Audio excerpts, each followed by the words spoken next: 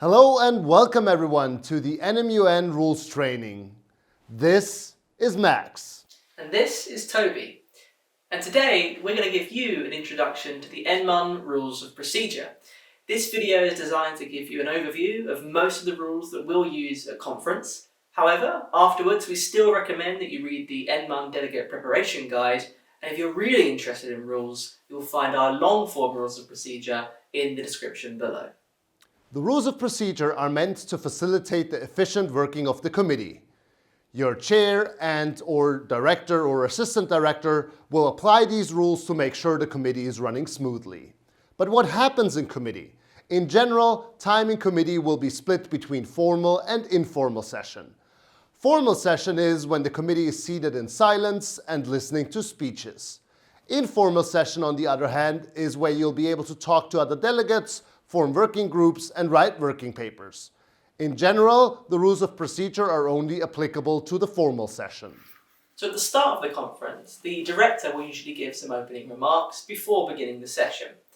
This will then be followed by a roll call and the opening of the speakers list. Member states can request to be added to the speakers list, and the director will then entertain some speeches. The focus of your first session is setting the agenda. After a while, the director or chair will ask for points or motions, and delegates who want to make a point or motion can raise their placard. Wait a second, Max. What are points and motions? Points and motions are tools for delegates to control the flow of committee during formal session.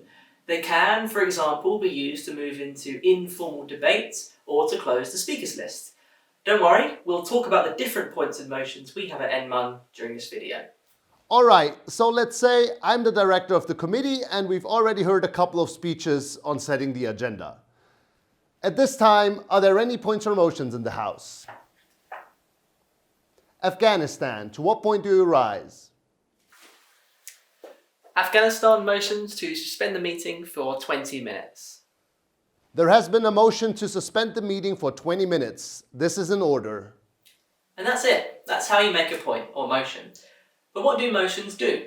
So the motion Max just made is probably the most used motion at NMUN.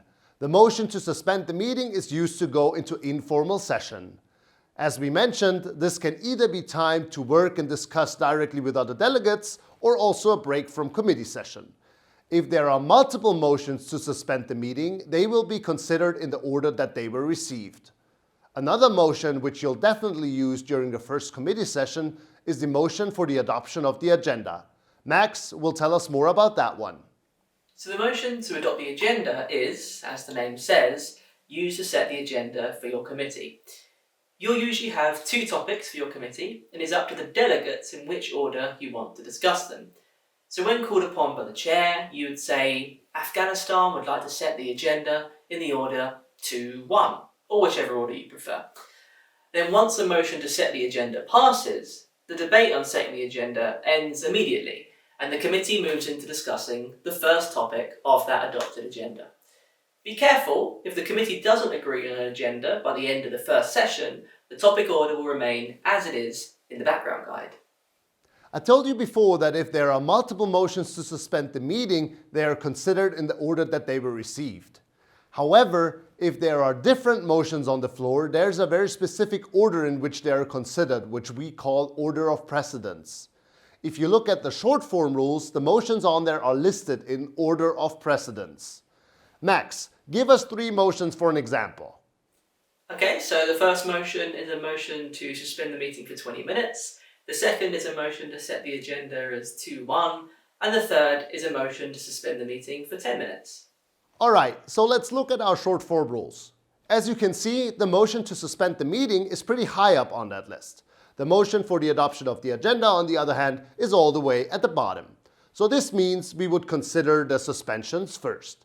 In this case, we would start with the 20-minute suspension, followed by the 10-minute suspension, followed by the motion to adopt the agenda. So the chair would put the 20-minute suspension to a vote. Since this is a procedural vote, all delegates would have to vote either in favor or against the motion. If there's a majority, the committee moves to a 20-minute informal session. The second motion to suspend the meeting would not be considered anymore, since it is assumed that since the committee voted in favor of the first suspension, they would not also vote in favor of the second. But what happens with the motion to adopt the agenda? That one has to wait. Once the suspension ends and the committee moves back into formal session, that motion would be put to a vote.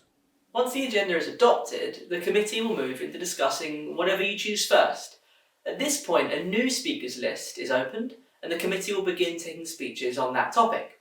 And then from there, the committee will settle into a rhythm of moving between formal and informal sessions. The speaker's time will initially be set depending on the size of your committee, and it cannot be changed during the first session of the committee. If you want to change the speaker's time at a later point during the conference, you need to approach your dais first to get approval. Afterwards, you'll be asked to bring in the motion during formal session.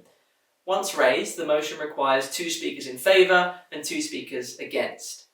The speaker's time is rarely changed, and this motion can also be ruled out of order if used repetitively. The committee will work on drafting working papers, they will be reviewed by the dais and at some point accepted as draft resolutions. Once the committee considers the substantive work to be concluded, it will be time to move into voting procedure. But before we talk about how to get there, Max, can you talk us through what voting procedure actually is? Voting procedure is the process through which draft resolutions are voted upon and, if accepted by the committee, adopted as resolutions. It's important to note that any working paper which has not been accepted as a draft resolution will not be voted upon. So make sure that your working papers are accepted by the dais as draft resolutions before moving into voting procedure. There are some changes during voting procedure compared to standard formal session. For example, if you leave the room, you won't be allowed to re-enter until voting is concluded, and there will only be a select number of motions accepted. So, how do we move into voting procedure? There are 2 ways to move into voting procedure. The first one is the exhaustion of the speakers list. As we mentioned, delegates can put themselves on the speakers list if they want to deliver a speech during formal session of the committee. However, if there are no more delegates who want to add themselves and the last speaker has concluded their speech, the committee will move into voting procedure. However, in bigger committees with lots of delegates, this is rather unlikely to simply happen, and therefore we have the motion to close the speakers list. This motion would, as the name says, close the speakers list, meaning that no more delegates can be added. The committee would continue to hear speeches and at some point exhaust the list. If delegates realise that there is still a need for further debate, there is also a motion to reopen the speakers list, which would simply reverse the closure and allow delegates to be added to the speakers list again. Even with a closed speakers list, it can take a long time to get all the way to the end of the list. This is why we have a second, more direct way to move into voting procedure, the motion to close the debate. This motion requires 2 speakers against the motion as well as a 2/3 majority. If the motion passes, the committee will move into voting procedure immediately and vote on all draft resolutions that have been accepted by the dais. So, a quick side point. A motion that is sometimes confused with closure of the debate is the adjournment of the debate. So this motion requires 2 speakers in favour and 2 speakers against, and is often referred to as tabling the topic.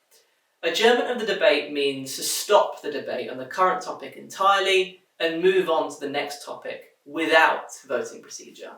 So this motion would only be used if, after setting the agenda, the committee realises that it's hard to find common ground on the first topic, so you adjourn the debate and move into the second topic. This motion also requires a recorded vote, which will usually happen electronically. The recorded vote is necessary because of the motion for reconsideration. If the committee decides that they want to move back to a topic that they previously adjourned, a delegate would have to bring in this motion.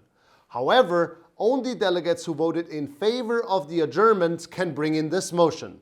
The motion requires 2 speakers in favor and 2 speakers against, as well as a 2/3 majority. So, to recap, to move into voting procedure, you can either exhaust the speakers list, which can be accelerated by closing the speakers list, or by using the motion to close the debate. Once we are in voting procedure, there are only 4 motions that can be used: point of order, appeal of the chair, division of the proposal, and the request for a recorded vote. So let's talk about the 2 motions which can only be used in voting procedure first. As you know, most UN resolutions are adopted by consensus, When it comes to a draft resolution, the director will assume that there are no objections to it being adopted, unless there is a request for a recorded vote. So usually, delegates would request a recorded vote if a delegation wants to vote against a draft resolution. If this motion is made by a delegate, it is automatically granted, and the committee will take a recorded vote on that draft resolution. The division of the proposal is probably the most complex motion we have. It is meant to highlight a specific section of a resolution by creating an annex. For example, if you look at General Assembly Resolution 2625, you can see that it only consists of 3 operative clauses, the first of which approves the declaration which is annexed. The actual declaration is then contained in the annex to the resolution. The division of the proposal is a 2-step process. So the first is a procedural one. Essentially, do we even want to consider debating this motion at all? So after hearing 2 speakers in favour and 2 speakers against the division, the committee will take a procedural vote, meaning all delegates have to vote in favour or against. If the motion doesn't pass, the draft resolution simply remains as it is, and we move on. If the motion passes, these clauses are taken out of the draft resolution and basically set to the side. Then there will be a second vote which is substantive. If there's a majority in favor in the second vote, the clauses that were divided out will be moved to the annex. If, however, the majority is against the division in the second vote, the clauses will be removed from the draft resolution completely. Afterwards, the draft resolution as a whole will be voted on. If the draft resolution does not pass, any annex that may have been created will also be discarded. Now let's talk about the other 2 motions which can be used during voting procedure, but also used outside of voting procedure. The first is a point of order. This can be raised to correct an error in procedure. An example would be if a delegation was skipped on the speakers list. The delegation could then bring in a point of order and the dais would correct this error. A point of order should only be used when there is an actual procedural error, and it should never interrupt a speaker. The appeal of the chair can only be used after a point of order.